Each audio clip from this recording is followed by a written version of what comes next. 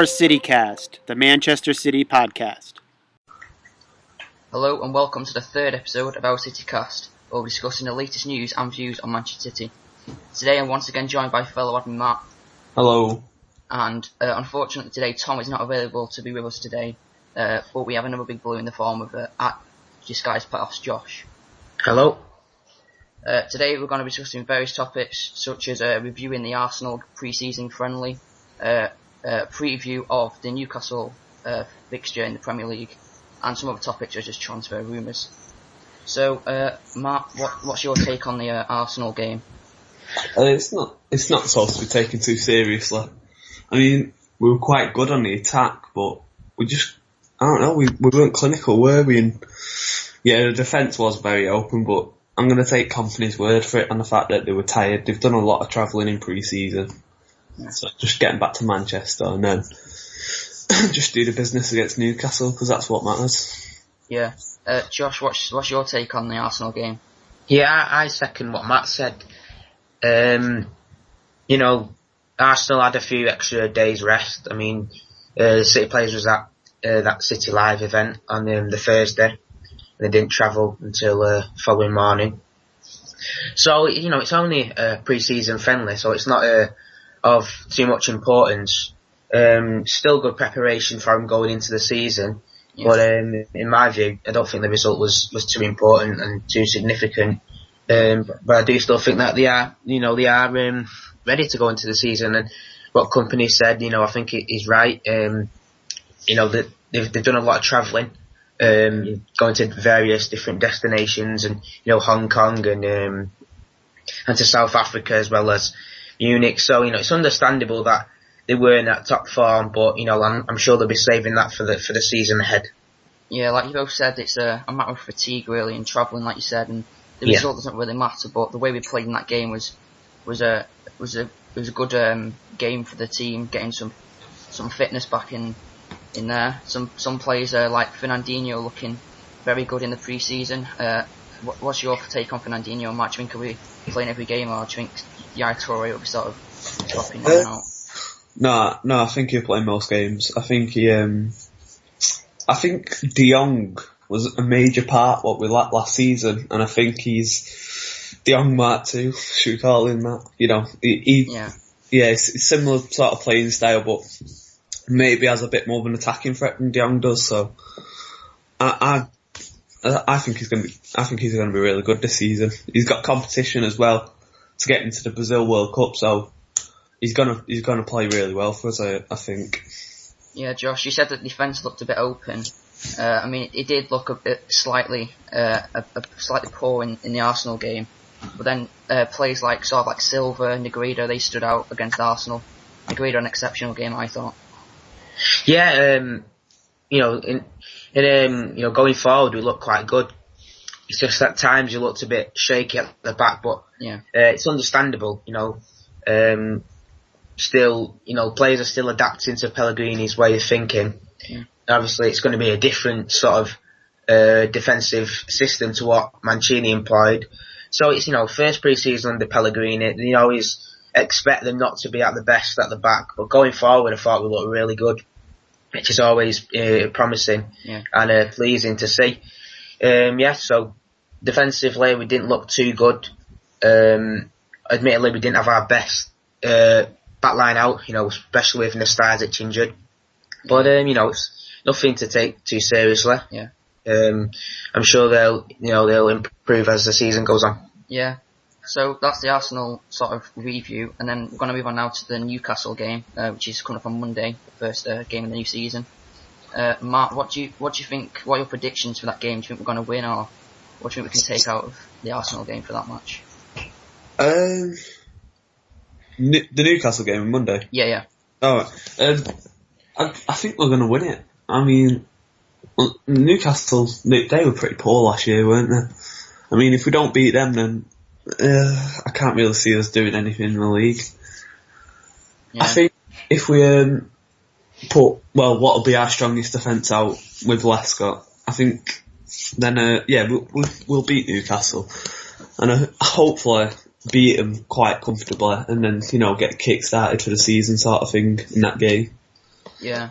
Josh, what do you think the score possibly could end up as in that Newcastle game? I think this one's got goals in it. Newcastle, they've got players who are dangerous going forward. The likes of Ben Arthur, Cisse, as well as a couple of other players in midfield like Cabai. Players who can score goals, but of course, we've got players who can score goals as well. So it sets up for quite a nice match, I think. Probably the best match of the opening weekend, in my view. So it's difficult to predict it because it's obviously Pellegrini's first game in the Premier League. But I'm expecting there to be quite a few goals in it, and I'm expecting us to win as well. So I think I might go for a 3-1 win. Yeah. For City. I predicted good start to Pellegrini's reign. Yeah, I predicted a 3-1 win for the game for City in the first game of the Etihad.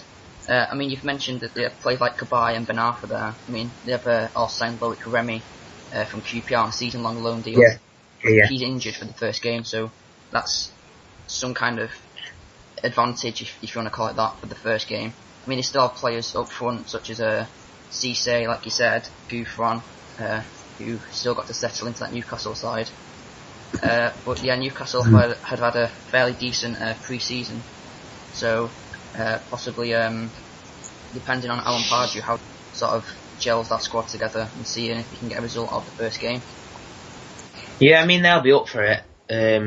First game of the season, everyone's always lively and you want to get a result.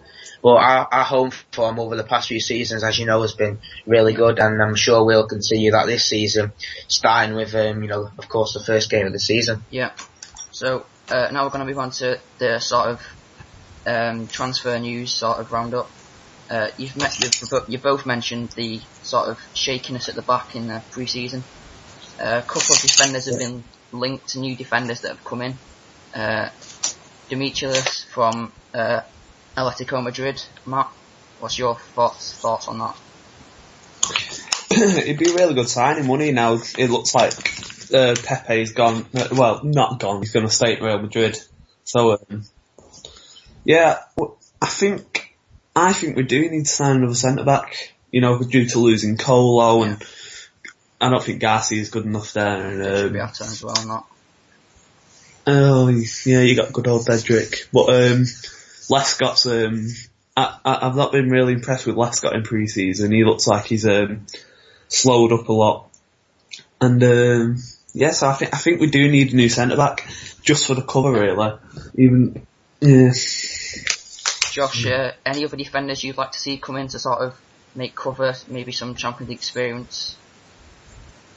We've been linked with quite a few different ones. I mean, Pepe's obviously been the one that many different media outlets have reported that we are, got serious interest in him. He's played under Pellegrini.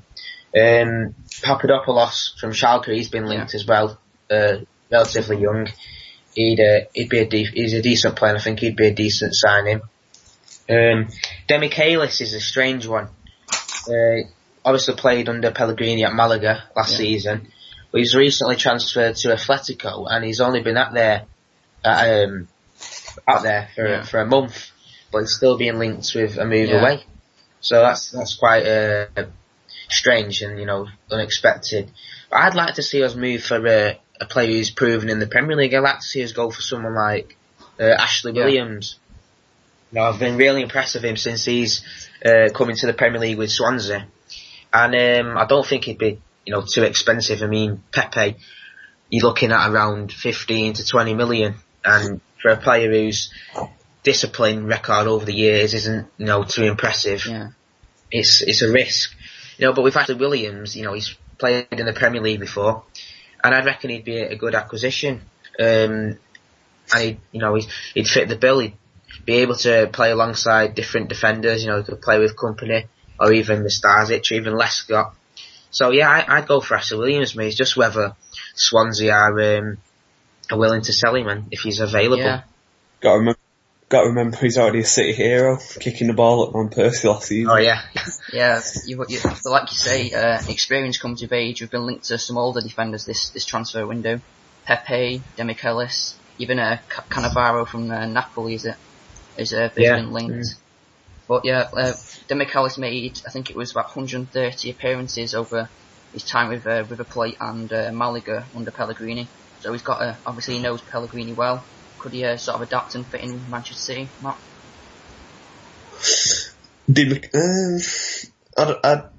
Yeah, he should be able to, shouldn't he? I mean, I think what's happened though with the media recently is they're just linking that have been good under Pellegrini back to him. Yeah. That's what I've noticed they've been anyway. Linking sort of players that have been with him, but they've also been linking players from the Spanish league where he's got a lot of experience in Malaga, Villarreal, Madrid. Sort of people like Pepe, of course, he's been under Real Madrid. And you've also got Navas and Negredo, both signed from La Liga. So, what do you think of that, Josh? Do you think signing players from the Liga is good, or would you like to see a few more academy players coming through the ranks? Obviously, it's great to see a lot of players come through the academy, especially the local lads. But, every so often you've got to look towards talent in different leagues. At the moment, La Liga's got a lot of good players in there. We've seen Swansea buy a lot of talent from Spain, and they've been successful in the time in the Premier League. So I'd like to see us sign players from the league because obviously you're getting very good players. But you always want to see players come through the academy. Yeah. So we're going to move on to Alexander Kolarov, who's been continued to linked with Juventus. He's a left back, of course. We signed him from, is it Lazio, I think? So if Kolarov does go, who would you like to see step up, both of you, into the left back role, or possibly sign someone? Mark? I've said before, Anna Cohen Churl, so I mean that's unreal. I can't see anyone stepping up into the role. I think we would need to sign another left back if he went. Yeah. But hopefully, to keep the net spend down, say how much we get from him, we could buy a good left back for the same price, sort of thing. I don't know. Goodbye. Yeah, of course you have Karim Rakik, who's been loaned out to PSV. Possibly he could play at left back next season if he steps up to that, Josh, or would you prefer him to see him at centre back? Yeah, I think he's more comfortable with playing at the heart of the defence. But it's good to see that he's able to to play at left back as well. So I'd expect him to do quite well alone at PSV, and hopefully when he comes back, he'll be able to really challenge for a first team place. Yeah. But I don't actually think if we sold Kolarov, we'd need to bring him another left back because Zavaletta's more than capable of filling in there. And if you can promote a young player, to the first team, I don't think we need to spend that much money on bringing in a left back who isn't going to be playing week in, week out. But with Kolarov, I think it might be the end of his time at City. Pretty good going forward, good free kick taker, scores quite a few goals, but it's everyone saw what he's like defensively. His concentration is not very, very good, and he's quite slow off the mark. So I believe he's off now. It's just whether City can get good money for him and invest it in other areas. Yeah, Mark, do you not think that Koloff's starting to look a bit more of a better left back with under Pellegrini? Because in the pre-season he's been looking more into it. He's been looking like he's actually properly sort of getting forward, and he's even sometimes getting back and helping out in the defence in pre-season. But it's just pre-season, like we said. With the Arsenal game, if we're going to take pre-season seriously, then I can't. In the Premier League, he hasn't got the pace for it, as I really. Yeah. So is that both of you agreeing that he could follow Tevez to Juventus in Serie A? Yeah, I reckon we'll see him leave, but hopefully we'll get a decent fee for him. I think around 10 million would be reasonable, and then the money's there for us to spend it if Pellegrini feels he needs to make a new signing. Yeah. Okay, so that's Kolarov possibly leaving. Also, another players leaving, such as Scott Sinclair, Matt. We've mentioned this before. He's been linked to several clubs: West Brom, Everton, But it's looking like his time's up now. Even Liverpool have been sort of made not favourites, but they've been cut massively.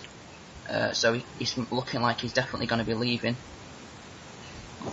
Yeah, and these are permanent deals, or some of them loans as well. Yeah.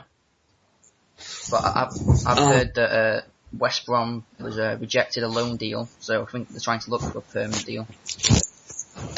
Yeah, well, I think it was a panic buy, wasn't it? He just never was going to make it, so Mancini didn't want him there for a start, and then I wish him all the best to whoever he goes to. Yeah. You know, he's a good, I can't say he's a good player, I've never seen him play properly really. Yeah. I mean, he was good for Swansea, wasn't he? But put it in a top 4 team was always the question.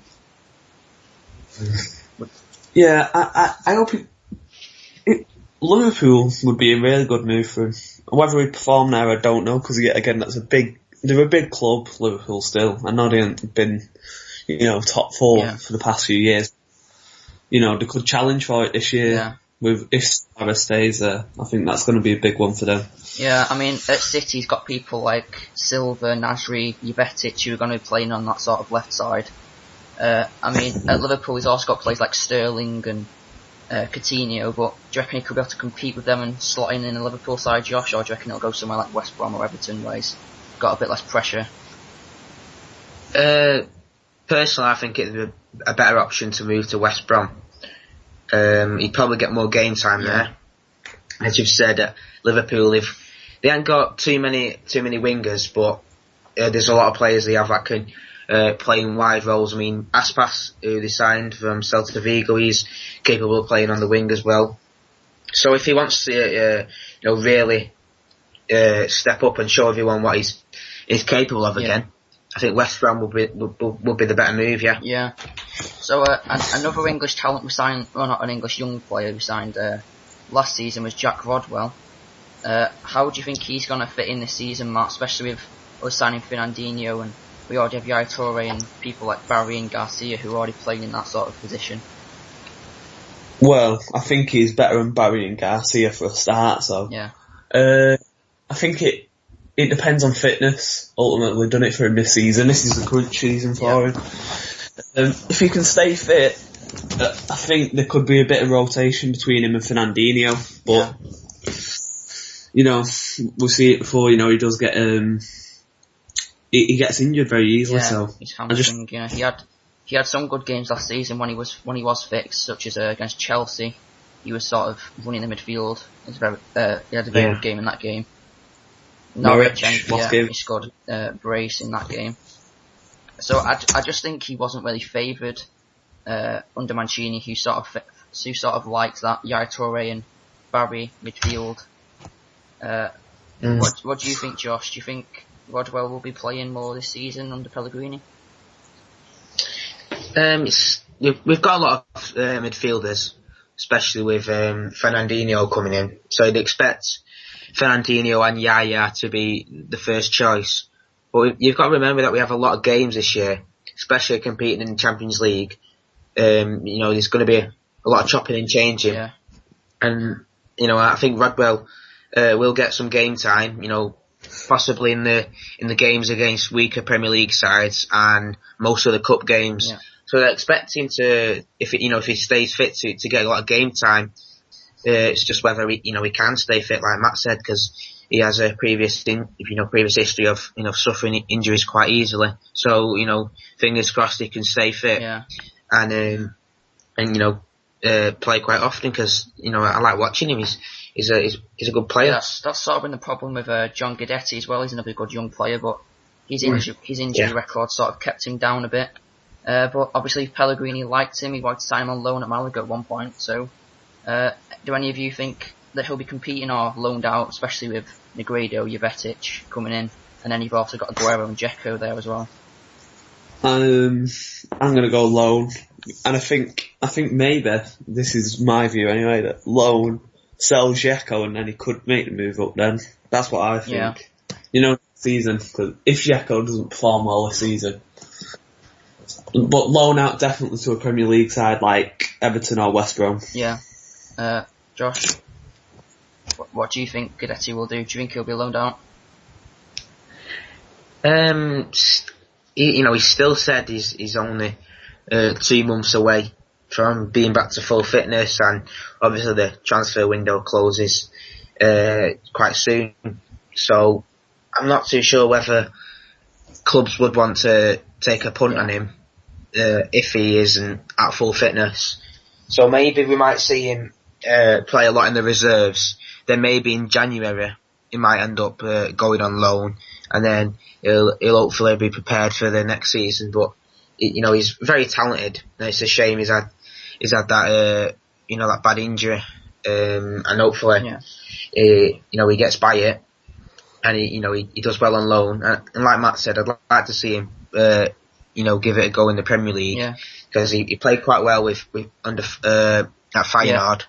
But that's not the best of divisions, so it's good. It'd be good to see him, testing himself in the Premier League, and then hopefully he'd come back to City ready to to really push for a striker spot, because he's got the ability. It's just whether he can stay fit, like with Rodwell. And if he does stay fit, I'd expect him to come back and do well. Yeah. All right. So now we're going to move on to a few of the questions have been asked on Twitter. This one's from @Connor9320. It's also his birthday today, just a shout out there. Who's our biggest threat this season? Ooh, Negredo. I'm going to say Negredo. There's a picture where it shows you where all the goals scored from last season, and they're all in the box, so that's what I'm going for. Yeah.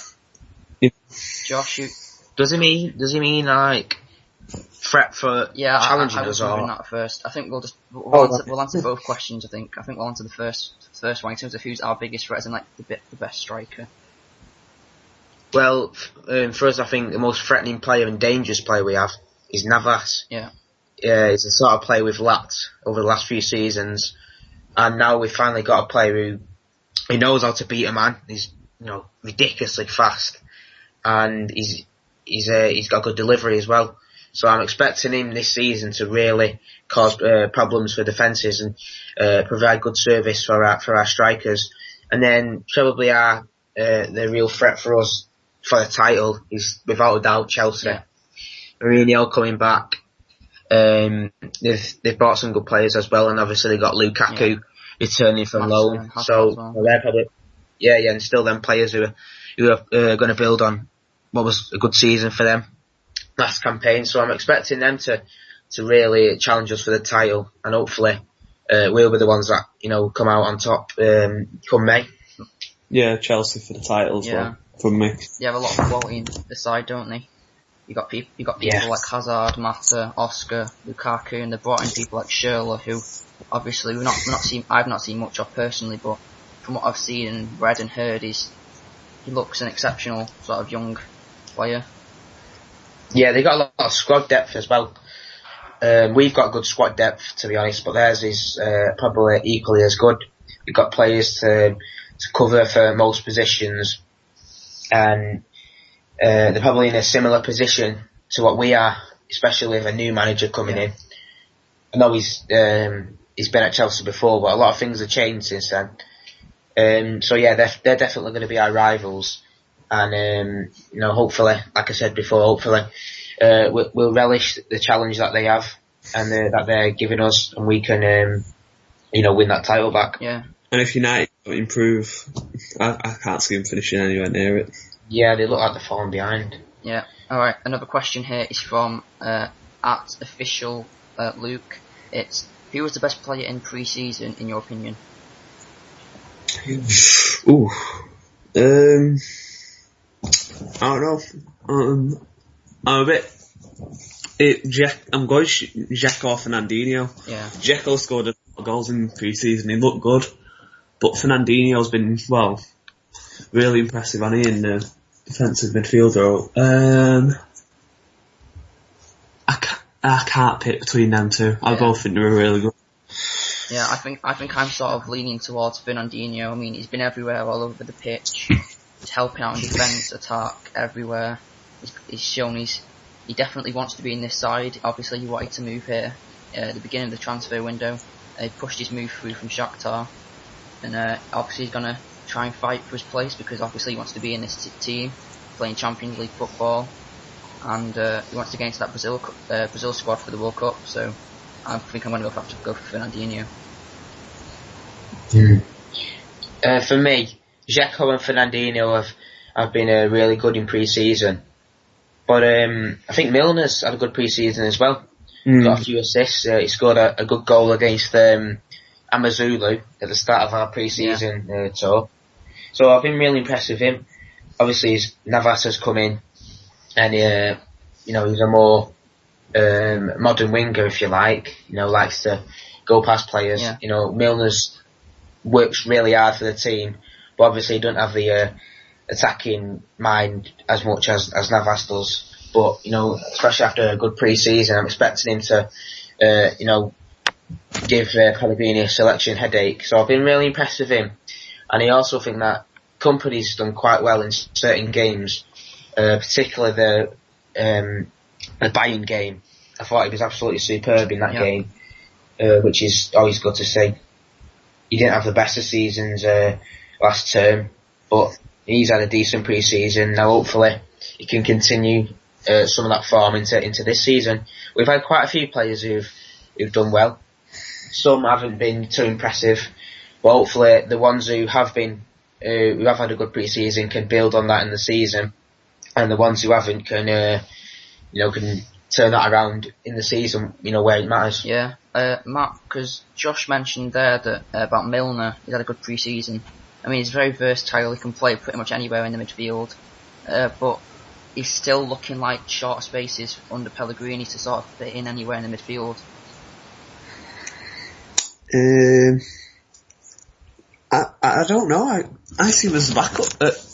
Him and Navas will rotate, surely, on certain games. Like, I don't know, say Stoke. I'd play Milner because Navas did just kick holes in him, wouldn't they? I see Milner being part of his plans. Yeah. And he brings you something different as well, doesn't he? Yeah. He's a workhorse, and 110%. especially if you're coming up against a team who have an attacking left back. For example, Everton with Leighton Baines. Navas is fantastic going forward, but he doesn't offer the protection that Milner gives you. So in certain games, I'd expect them to rotate, especially against the ones who with an attacking minded left back. So I think he will get game time. Yeah. There's no doubt about that. But yeah, so Newcastle's left back, is it Santon? Yeah, For the first game, do you expect Milner or Navas to be playing against? I think Navas personally. I think possibly. Go on, Matt. I think Milner might start and then Navas maybe come on for the last 20 minutes, something. I don't see him starting that one. I don't know why. Josh? Yeah.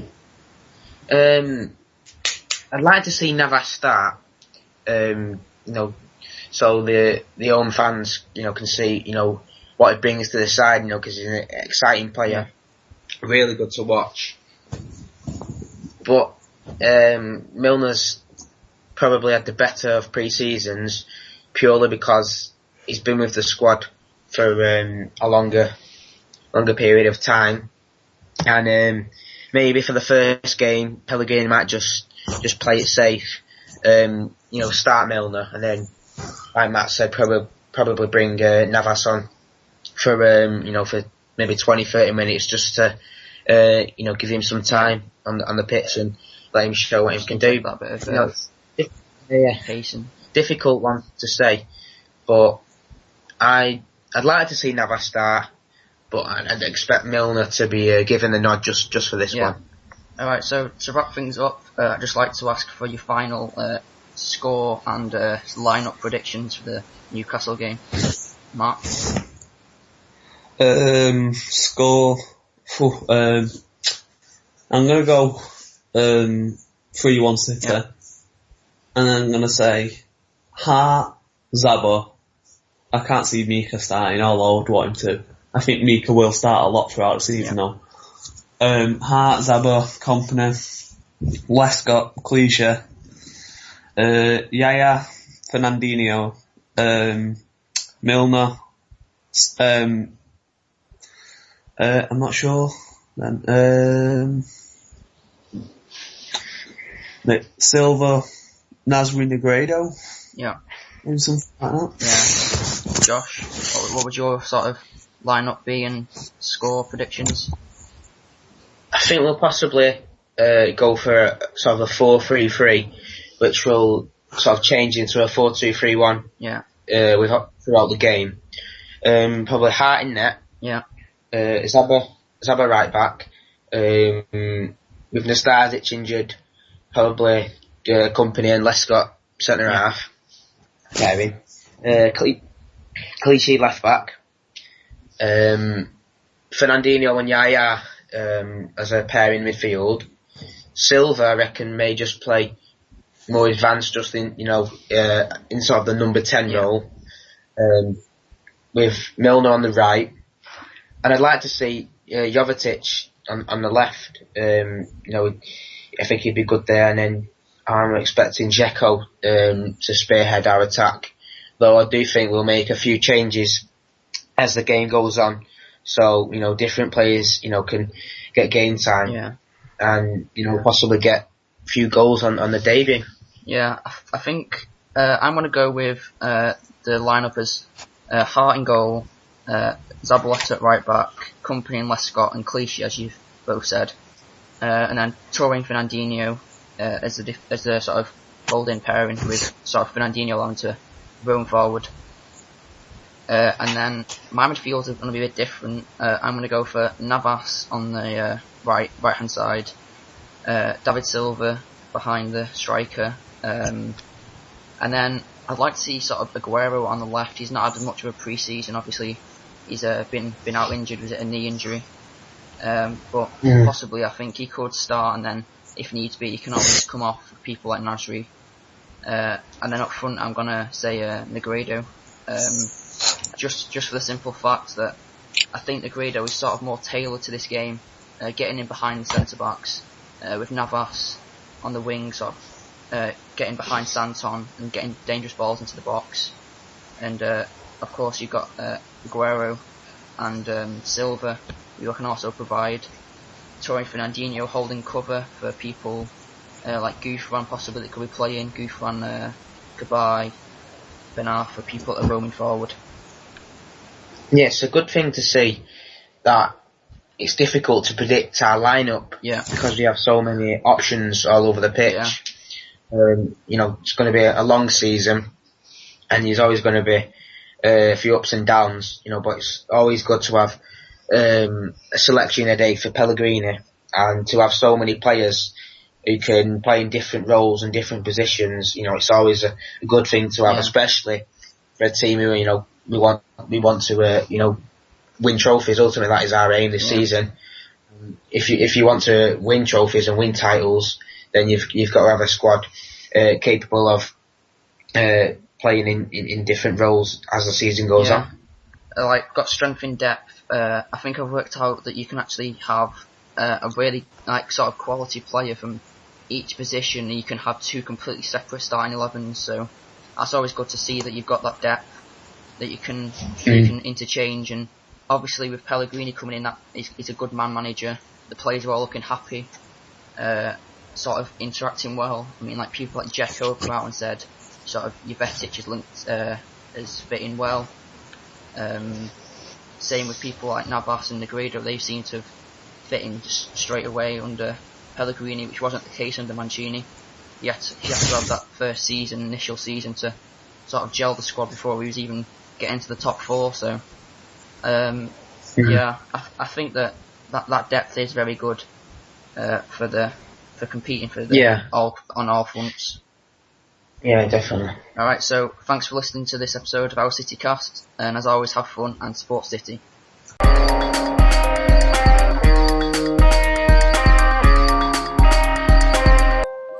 OurCityCast, the Manchester City podcast.